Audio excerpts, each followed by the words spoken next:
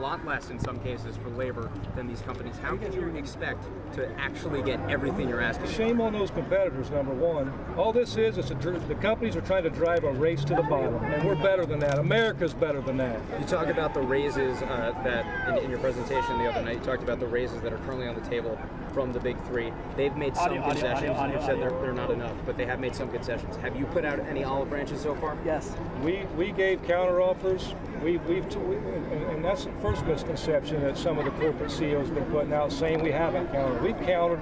We've had very constructive conversations. We made counteroffers again tonight. It's their fault. It's a shame that they waited till the last week to start meeting with us. What do you say to Americans all over the country who might hear a roughly 20% pay raise sounds pretty good? Well, you know what sounds good to me? There's a serious double standard in this country right now. There's a billionaire class and there's the rest of us. We're all expected to sit back and take the scraps and live paycheck to paycheck and scrape to get by. We're second-class citizens. And you know, the sad reality is, you know, when corporations fail, we pay the price. Our workers pay the price. We made all the sacrifice in the economic, in the Great Recession.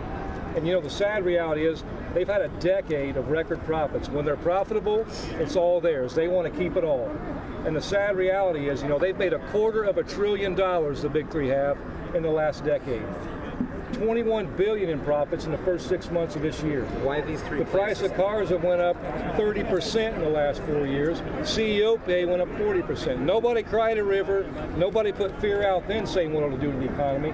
But by God, when workers ask for their fair share, it's the end of the world. It's got to stop. We're better than that, America. Why these three plans? Moving on. You got to start somewhere. We were expecting you know, it's all about transition. strategy. So you know what? Now, I'm not going to get into our strategies, but you know what? We got a lot of smart people. We got a lot in our IAB that work hard. This bargaining committee, all these bargaining members, and we have a strategy we've mapped out, and we got a playbook we're going to play by. This is up to the companies. If they come to the pump and they take care of their workers, we'll be back to work. But if they don't, we'll keep amping it up. What did President Biden tell you on Thursday? I don't really want to get into politics right now. So this is about our workers. What do you need? What do you need from the White House? Are they doing enough?